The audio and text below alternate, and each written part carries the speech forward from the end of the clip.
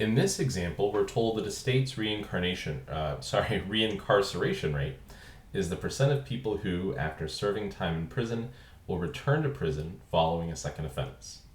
Assume that in a particular state with a 46.43% reincarceration rate, 12 people are released from prison. Also assume that these people do not interact with each other. That is, these are independent trials. So making sure we meet the conditions for a binomial experiment. We want to use Desmos to find the probability that exactly one of these people will be reincarcerated. First, we'll open up this tool in Desmos and take a look. This is referred to as the probability distribution calculators. We have a few different fields that we can enter values in.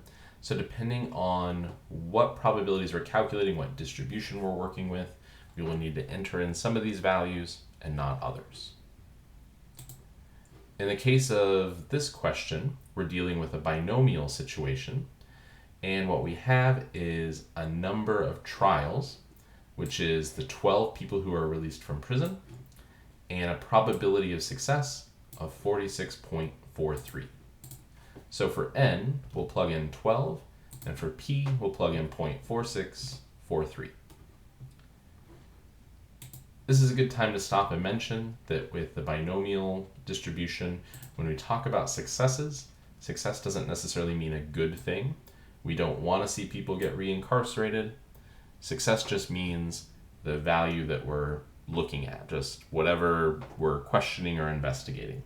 So reincarceration is not a good thing, but the probability of success, meaning the probability that someone is reincarcerated, is 0.4643 in this example. That's all we need to plug in to be able to use the binomial distribution calculator. So we'll click this drop down, and then we see another drop down for the cumulative probability. And this is going to allow us to set up different probability statements. An inner probability statement where x is bound between two values, an outer statement where x is less than or equal to some value and greater than or equal to some value, a left probability statement where x is less than some number, and a right probability statement where x is greater than or equal to some number. Next, what we'll do is click on this open circle to actually turn on the picture of the distribution and click this zoom fit tool so we can see the binomial distribution and the actual calculation that's going on as we input these different probabilities. In part A, we're asked to find the probability that exactly one of these people will be reincarcerated. That's the probability that x is exactly equal to 1. If we go back to our choices here, we don't have exactly equal to as an option. So what we're going to do is use a little bit of a trick. We want the probability that x is exactly 1. So to get that equal to statement, we're going to bound x to be in between 1 and 1. If x is greater than or equal to 1 and less than or equal to 1, the only thing it can be is equal to 1. And we can see that the only value that's being highlighted and calculated is x equals 1 over on the graph. So that probability would be 0.006, or to make sure that we're rounding it to the appropriate number of decimal places, we can click on that arrow next to the value, and then click on this icon to export the expression list, export to the expression list. And what we actually get is 0.0058, rounded to 4 decimal places.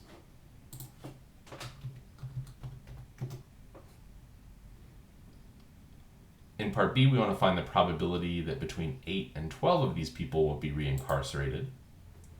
So that means we want x to be bound between 8 and 12.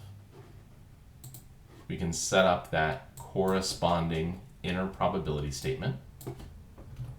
And we can see from the graph that now we're calculating in values of x equals 8, 9, 10, 11, and 12.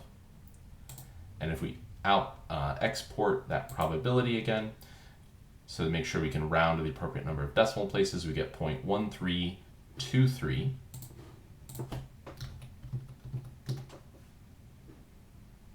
In part C, we want to find the probability that 12 or more, or 8 or fewer of these people will be reincarcerated.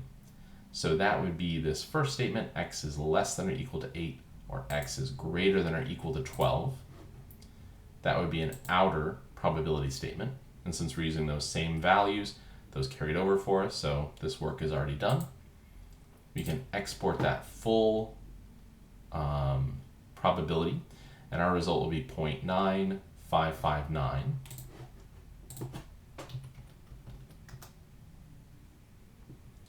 Then in part D, we want to find the probability that the majority of these people will be reincarcerated.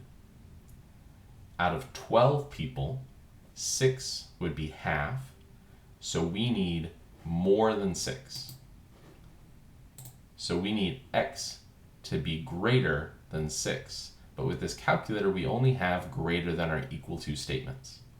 So even though greater than 6 would be an accurate probability, we're going to set it to greater than or equal to 7, which means we're only considering values above 6. And exporting that value gives us a probability of 0.2948.